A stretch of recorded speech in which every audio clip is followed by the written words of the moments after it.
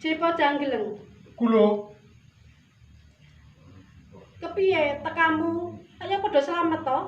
inggih wilujeng Mas Roro.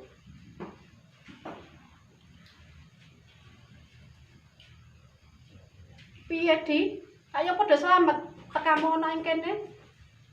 Kula ngaturaken sugeng pangabekti dhumateng Kang Mbok. Kula ugi slamet wilujeng nir ing sambikala Kang Mbok. Iya. Depok Janggeleng. Kula Kowe kaget. Tak timbali ana ing kene.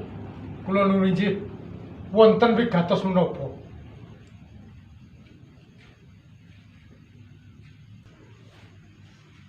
Nalika semono aku weruh gambare Joko Susilo ana ing watu tempuru.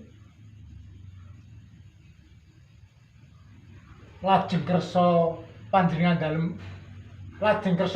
dalem menika dos pundi? Saksampunipun panjenengan pirsa wonten ing watu tempurung wonten pawongan ingkang nami Joko Susilo. Kowe ngejawa golek ana Joko Susilo. Aja pati-pati bali yen ora bareng karo Joko Susilo. Kula nuwun inggih menawi kersanipun mekaten keparenga kula nyuwun pamit. Iya.